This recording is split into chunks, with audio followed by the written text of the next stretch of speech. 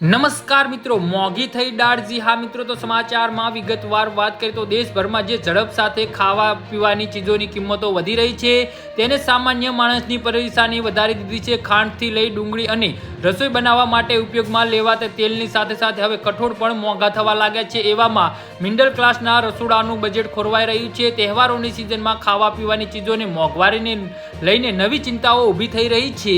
જી હા મિત્રો, અત્યારે હાલના સૌથી મોટા અને મહત્વના સમાચાર સામે આવી રહ્યા છે. તો મિત્રો, સમાચારમાં વધુ વિગતવાર વાત કરીએ તો ગઈકાલે એટલે કે રવિવારે 23 ઓગસ્ટને જથ્થાબંધ બજારોમાં આખા અડદની કિંમતોમાં માત્ર એક જ દિવસમાં 15.29% મોટો ઉછાળો આવે છે, જેના કારણે હવે તેને સરેરાશ જથ્થાબંધ 10,238 પ્રતિ ક્વિન્ટલની ઉચ્ચતર સપાટીએ પહોંચી ગયો છે. એટલે કે માર્કેટ યાર્ડમાં કિંમતો 13,000 રૂપિયા પ્રતિ ક્વિન્ટલ સુધી નોંધાઈ છે. જથ્થાબંધ બજારોમાં આવેલા આ 15.29%ના ઉછાળાની સીધી અસર તમારા નજીકના કરિયાણા સ્ટોર અને ઇ-કોમર્સ પ્લેટફોર્મ પર પેકેટ દાળના રેટ પર પણ પડી શકે છે.